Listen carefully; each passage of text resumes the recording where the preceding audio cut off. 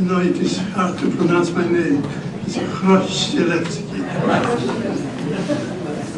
Distinguished panel, ladies and gentlemen, I'm going to be brief because most of the atrocities, pain was already expressed by previous speakers. At the beginning of the war, Second World War, I was 15 years old.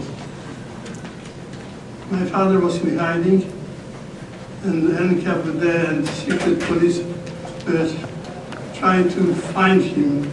If they did, he probably would be in the Katyn buried today with all other people.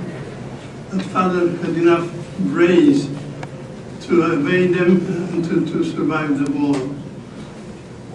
I myself, with my mother and sister and brother, were deported to northern Kazakhstan.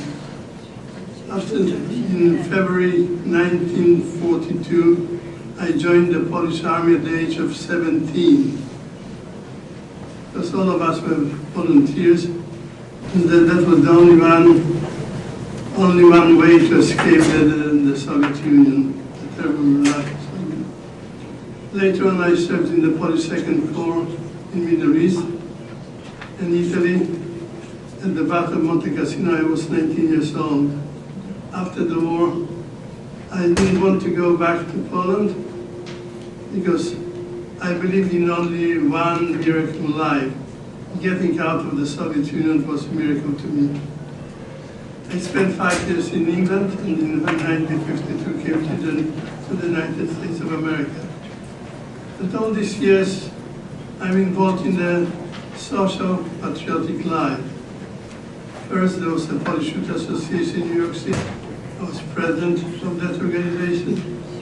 I am the president of the Polish National Home of Greenpoint for 32 years. So this is not a solid position, by the way. And I am also a commander of the District Number 2 of the Polish Army Veterans Association of America, with headquarters in New York City. And all the time, we are trying to promote patriotism, knowledge about Poland, publish books. And to some degree, we are successful.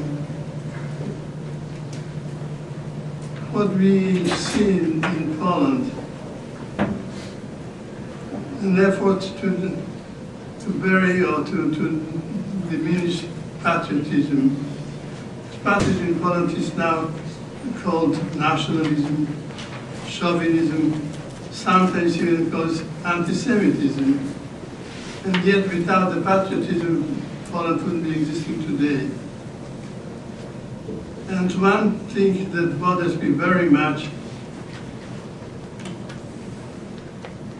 about Katyn, that two of my cousins died in Katyn. And people in the Polish government, they treat this matter very casually. Just like during the war, Churchill or Truman didn't want to offend Russians because they needed the Russian army to beat Germans. Right now, there's no reason.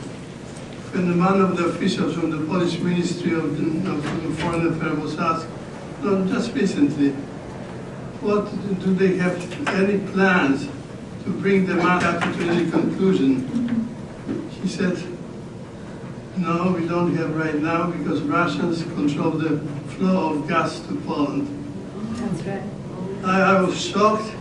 I couldn't believe that I hear that such statement from a Polish official from the Polish ministry. And I would like to conclude with one statement. This is not the country we were fighting for during the war.